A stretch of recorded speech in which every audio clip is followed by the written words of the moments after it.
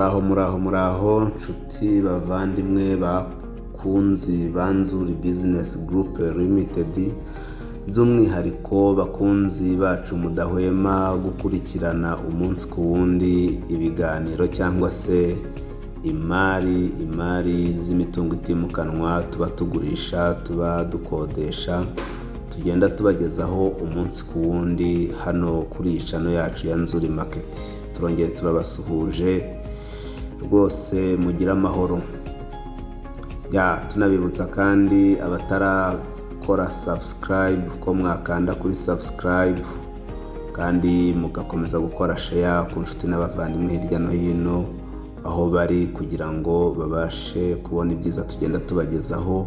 Ntabwo kandi twareka gusuhuza abakiriya bacu, abakunzi bacu bari hirya no hino ku isi, muri Afurika, i Burayi ndetse no muri Amerika no muri Aziya, by'umwihariko n'abari hano mu Rwanda. Tubizeza ko tutazahwema gukomeza kubaha imari nziza kandi zihendutse ku giciro cyiza kugira ngo mukomeze gutera imbere. Iyi rero muri kumwe ni Nzuri Business Group nk'ibisanzwe. Kuri iyi nshuro rero twabazaniye inzu nziza cyane ikiri nshyashya, iri mu mujyi wa Kigali, mu karere ka Kicukiro, ahazwi nk'i Kanombe cyangwa se mu murenge wa Kanombe.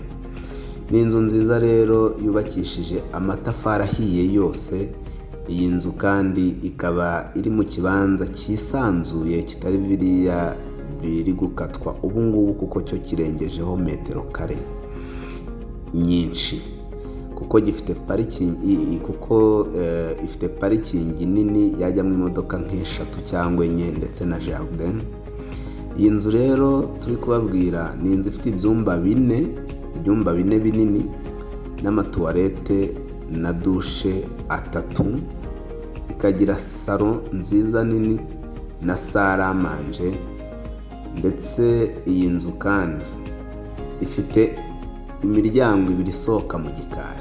Ni ukuvuga ngo ufite undi muryango usohoka uturuka mu byumba ku buryo ushobora gusohoka utongeye kugaruka guca muri salo. Ifite igikoni cyiza cyane iyi nzu rwose, ikagira na stoke. Si ibyo gusa kandi iyi nzu icyumba kinini cyayo cyangwa se chambre principale ifite dressing room cyangwa se urwambariro mu kinyarwanda cyacu. Iyi nzu ntabwo twareka kubabwira yuko ifite annex, ni ukuvuga ngo icyumba cyo hanze, stoke, toilette yo hanze, dushe yo hanze, ndetse ifite n'ibigega by'amazi. Iyi ni inzu nziza rero y'akataraboneka kandi iri ahantu heza cyane hafi ya kaburimbo. Ni inzu irangiye yose, ifite inzugi nziza za ribuyu, ifite amadizayini meza. Ni inzu rwose wakwigurira ugaturamo n'umuryango wawe, cyangwa se nubwo washaka kuyikodesha, ni inzu yakodeshwa amafaranga menshi kuko iri ahantu heza.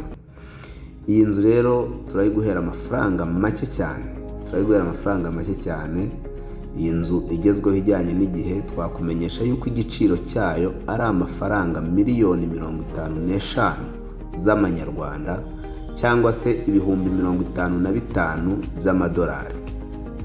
Ni kabiri rero muze mwisurire iyi nzu, muze mwigurire iyi nzu. Ni inzu nziza kandi irangiye, ibintu byose birimo. Turabibutsa rero gukomeza gukanda subscribe kugira ngo imari yose tuzajya tubagezaho umunsi ku wundi mujye muyibona. Turabibutsa kandi ko sizi gusa tuba dufite, hari n'izindi tuba dufite tudashyiraho hano. Hari abashaka inzu z'amamiliyari, inzu z'amamiliyoni magana, nazo turazifite. Ntimukagire ngo izo dufite nizi gusa, nazo turazifite, ni mutugane. Abashaka namwe kugurisha, namwe ni mutugane. Kandi abashaka ko tubakodesheza tukabarangira abakiriya mutugane. Nimero yacu ni 0788483697 cyangwa se 0788230123. Mwana dusanga ku Muhima muri feruje zo kuri Yamaha, mu nzu hari y'amatafari ahiye ya etage yanditseho Shema House muri etage yayo ya nyuma. Niko kandi mwadusura ku zindi mbuga zacu zose, twitwa Nzuri Market. ni karibu cyane, tubahaye ikaze hano muri Nzuri. Ushobora kujya kuri Instagram, Facebook page, Twitter, hose twitwa Nzuri Market. Ni karibu iwacu, umukiriya ni umwami.